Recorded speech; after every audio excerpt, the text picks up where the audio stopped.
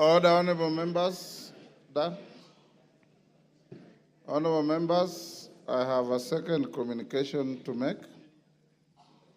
Honorable members, I have a communication on a notice of motion for proposed removal from office by impeachment of His Excellency Gachagua, EGH, as the Deputy President of the Republic of Kenya. Honorable members, pursuant to Article 151B of the Constitution and Standing Orders 64 and 65, I wish to notify the House that I'm in receipt of a notice of a special motion dated Thursday, 26 September 2024, and received on Friday, 27 September 2024, from the member for Kibwezi West, the Honorable Ekomas Mwengi Mutuse MP. The Honorable member seeks a resolution of the House for the removal from office by impeachment of His Excellency Rigathi Gachagua, EGH, as the Deputy President of the Republic of Kenya. Honorable members, at the bar, take the nearest seats. The nearest, Clive.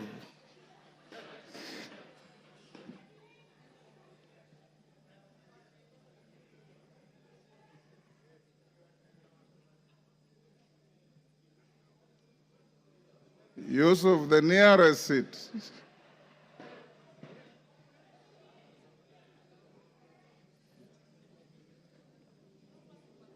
Okay. Honorable members, Article 150B, 1B of the Constitution provides as follows, and I quote, "The Deputy President may be removed from office on impeachment, 1, on the ground of a gross violation of a provision of this Constitution or any other law. 2, where there are serious reasons to believe that the Deputy President has committed a crime under national or international law.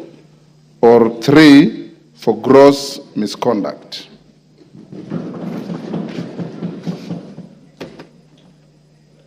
Honorable members, the notice of the special motion by the member for Kibwezi West seeks a resolution of the House for the removal from office by impeachment of our Deputy President on the grounds specified under Article 151B of the Constitution and sets out the particulars in respect of each ground. Honorable members, the special motion before the House presents an unprecedented constitutional moment in our democracy.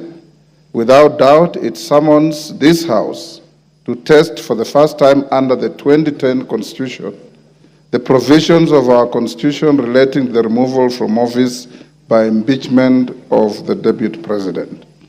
It will be recalled that during the term of the 6th Parliament, on 27th April 1989, the then member for Embakasi, the Honorable David Mwenje, successfully moved the House to pass a vote of no confidence in the then Vice President and Minister for Home Affairs, the Honorable Josephat Karanja. The motion received an affirmative resolution of the House. Honorable members, it's instructive to note that upon the promulgation of the new Constitution of Kenya in August 2010, the then office of the Vice President assumed a new clothing as the office of the Deputy President. This new clothing embedded in it a new manner of election, assumption of office, and removal from office of the second in command. Whereas the previous Constitution conferred upon the President the power to appoint and remove the Vice President, the Constitution of Kenya 2010 shifted the removal of the Deputy President to Parliament. This lays the ground for the notice of the special motion by the member for Kibwezi West.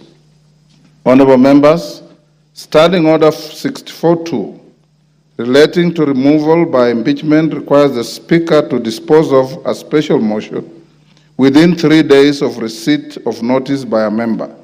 Standing Order 64.2 as read in the light of Articles 259, 5 and 6 of the Constitution gives the Speaker the deadline of today, Tuesday, 1st October 2024, to notify the House of receipt of the special motion and its admissibility or otherwise. Honorable members, having notified the House of the special motion, I'll now highlight the preliminary procedural and legal requirements relating to the processing a special motion for removal from office by impeachment of the Deputy President. Members at the bar, take the nearest seats.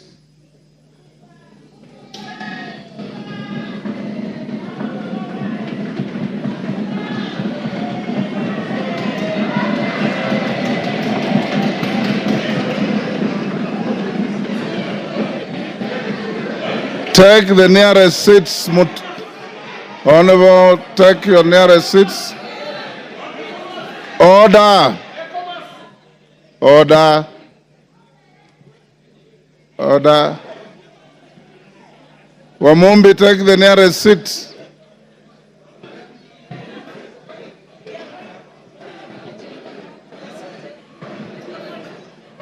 Order, honorable members. Order. Order. Honorable members, Article 152 of the Constitution, order.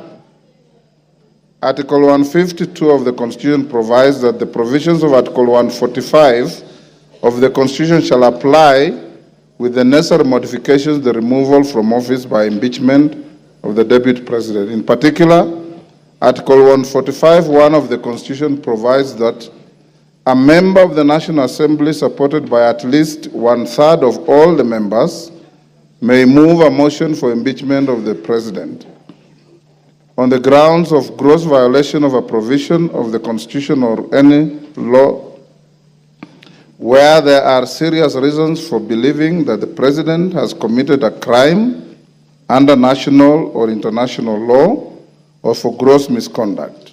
Procedurally, Standing Order 64(1) provides that before giving notice of a motion under Article 150 of the Constitution, a member shall deliver to the clerk a copy of the proposed motion in writing, stating the grounds and particulars in terms of Article 145(1) of the Constitution upon which the proposed motion is made, signed by the member and signed in support by at least 1/3 of all the members of the House. Further, honorable members, Standing Order 64(1)A lays out the criteria for admissibility of grounds for removal from state office. For clarity, Standing Order 64(1)A states, and I quote, "The grounds specified in a motion under this standing order shall be admissible if A, framed clearly to particularize and disclose a gross violation of the Constitution or other written law, where gross violation of the Constitution or other written law is indicated as a ground for the intended removal. B, stating with precision the provisions of the Constitution or other written law that are alleged to have been grossly violated, where gross violation of the Constitution or other written law is indicated as a ground for the intended removal, and C, accompanied by necessary evidence including annexures or sworn testimonies in respect of the allegations. The foregoing procedural and legal requirements for the processing special motions are buttressed by precedents and jurisprudence in various speakers' rulings and court decisions. Honorable members, today, I refrain from restating the jurisprudence and focus on determining the admissibility of the notice of the proposed special motion filed by the member for Kibwezi West. In determining the admissibility of the special motion, I am required to examine its form, threshold, framing of the grounds, and attachment of the necessary evidence.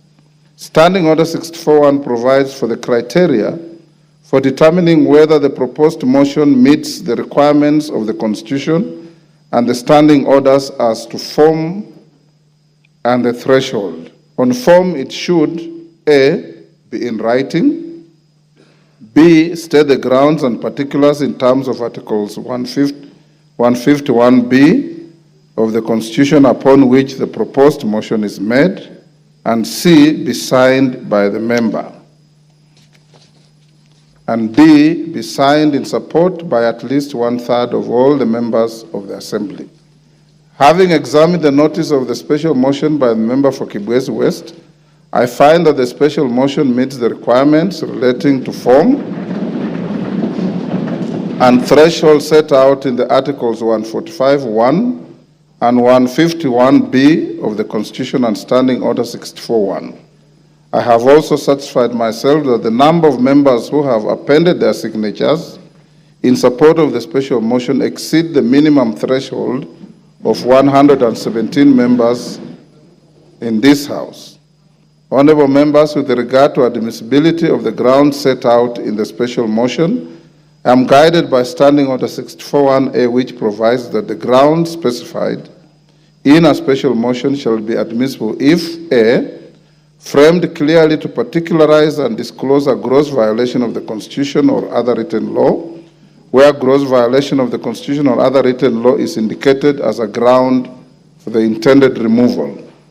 B, stating with precision the provision of the Constitution or other written law that are alleged to have been grossly violated, where gross violation of the Constitution or other written law is indicated as a ground for the intended removal. And C, accompanied by necessary evidence, including annexures or sworn testimonies in respect of the allegations.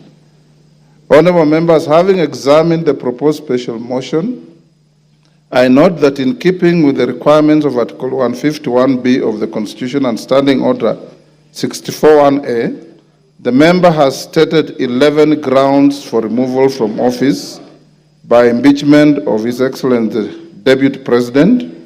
In addition, I do note that the special motion as submitted to my office also contains the particulars upon which the member seeks to move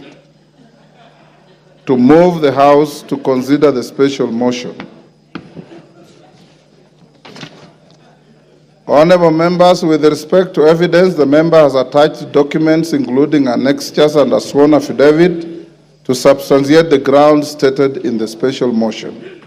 Consequently, honorable members, I find that the proposed special motion by the Honorable Ekomas Mwengi Mutuse MP meets the requirements of Articles 145(1) and 151(b) of the Constitution and Standing Order 64 and 65 with regard to form, threshold, and grounds necessary for a member to move a special motion for the proposed removal from office by impeachment of the Deputy President.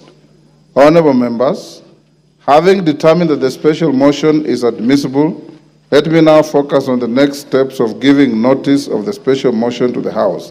Standing Order 47(4)A provides that with respect to a motion for removal of a person from office, a member shall give notice of motion in the House within 3 sitting days following approval by the Speaker.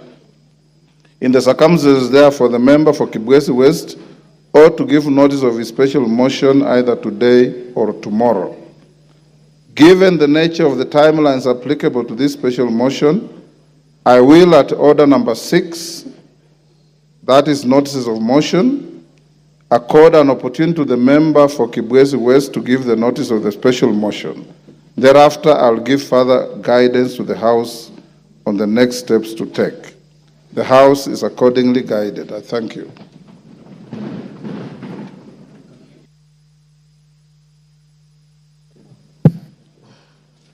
Honorable Gladys Boss, are you ready? We'll go back to order number 5 for the Deputy Speaker. Honorable Speaker, I beg to lay the following paper on the table of the House today, Thursday, 26 September 2024. Report of the Kenyan delegation to the 64th